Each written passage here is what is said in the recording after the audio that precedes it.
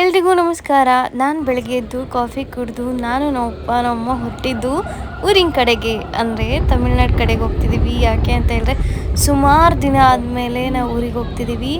Because of 2 functions ಇದೆ. 2 ಗೃಹ ಪ್ರವೇಶ ಇದೆ.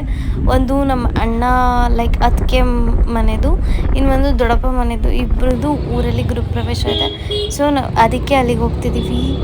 ನಾನು ಅಪ್ಪ ಗಾಡೀಲಿ ಹೋಗ್ತಿದ್ದೀವಿ, ಅಮ್ಮನ ಬಸ್ ಹತ್ಸಿದ್ದೀವಿ. ಅಪ್ಪ ನಾನು ಗಾಡೀಲಿ ಹೋಗುವಾಗ ಸುಮಾರು ಕಾನ್ವರ್ಜೇಷನ್ಸ್ ಆಗುತ್ತೆ. ನಾವು ಮೊದಲು ಹೇಗಿದ್ವಿ ಅದೆಲ್ಲ ಏನೋ ಒಂಥರ ಖುಷಿ ಕೊಡುತ್ತಲ್ವ, ಆವಾಗ ಆಗಿದ್ವಿ. ಬಟ್ ಇವಾಗ ಅಟ್ಲೀಸ್ಟ್ ಸ್ವಲ್ಪ ಇಂಪ್ರೂವ್ ಆಗಿದ್ದೀವಿ ಅಂತ.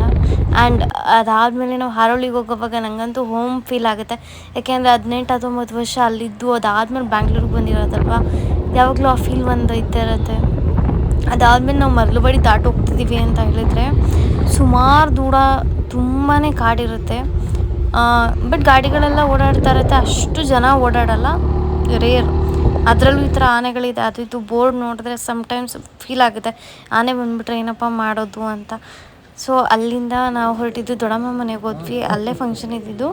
ಸೊ ಅಲ್ಲೋಗಿ ಟಿಫನ್ ಎಲ್ಲ ಮಾಡಿಕೊಂಡು ಮತ್ತೆ ಇನ್ನೊಂದು ಊರಲ್ಲಿ ಹೇಳ್ತಲ್ವ ಗೃಹ ಪ್ರವೇಶ 2 ಇದೆ ಅಂತ. ಸೊ ಇನ್ನೊಂದು ದೊಡ್ಡಮ್ಮ ಮನೆ ಗೃಹ ಪ್ರವೇಶಕ್ಕೆ ಹೋಗ್ತಿದ್ವಿ.